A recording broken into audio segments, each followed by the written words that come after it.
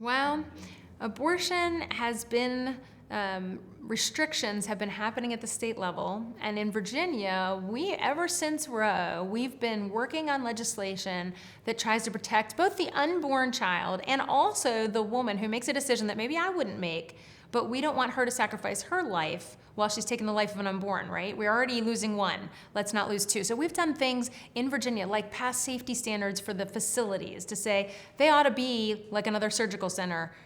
If you're going to get your knee replaced, it ought to be the same thing if you're at an abortion center. We've had laws that say, let's make sure a woman has 24 hours to think about this. This is to ensure that she's not coerced, that there's not someone else pressuring her into taking the life of her unborn child. Let's make sure if she has an ultrasound before she gets an abortion, that she has a right to see that medical test. We see our blood tests, we see everything else, but there's actually an incentive for an abortion provider to not share that information with a woman because it's powerful. There's power in understanding this is a human life. When you hear a heartbeat and you see a body form, there's maternal instinct, there's things that kick in there. And so the abortion provider has an incentive to not share that information. So we actually had passed a law that did that. All of these laws, and even things as simple as we're going to make sure a doctor actually does the abortion. All of these laws were passed over decades and decades here in Virginia.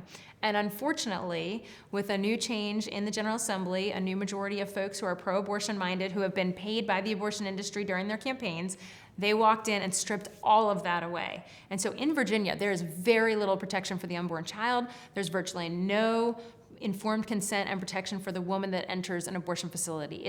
We're in a tragic place here in Virginia, and we're going to see more lives taken than we have over the last several decades. We're going to see, it's incredibly painful to realize how far we had come in trying to set parameters that are helpful in a situation where we are forced at the moment. Abortion is legal as the law of the land, and so you're working around those parameters. But women are going to suffer in addition to the unborn lives.